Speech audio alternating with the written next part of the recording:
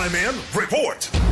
Tukuron Sugod Karong Hunyo na ning tuiga ang dugang pito ka mga school buildings din sa syudad sa Sugbo. Mato ni Attorney Jigo Dakwa kisang bilabaw sa local school board din sa syudad. Among pito ka mga tag-upat kandana nga mga school buildings tukuron kini sa may San Jose Elementary School, Cebu City National Science High School, Labangon Elementary School, San Nicolas Elementary School, Tisa 2 Elementary School, Hipodromo ug Pitos Elementary School. Gidugang ni Dakwa nga kini agig tubag usab sa mga matikdan ni Raymond Alvin Garcia nga dunay mga bata nga nagtungha sa silingan nga mga barangay gumikan kay kuwang ang mga lawak sa ringan sa mga tungaan sa ilang barangay. Gidugang usab ni Dakwa nga mismo si Mayor Garcia mao ni mando na kung maapas pa nga usbon ang terms of reference sa pagtukod sa mga edipisyo aron nga andam na usab ang kada building alang sa CCTV, internet o solar panel. Gibutang usab ni Dakwa nga ang pito ka nga tukuron nga mga estruktura mugasto kini og na sa 350 milyones pesos o 50 milyones pesos matag usa. Ning kasamtangan nasugdan na ang pagbidding sa maong mga edipisyo gawas lang sa Hipodromo Elementary School ug sa Pitos Elementary School.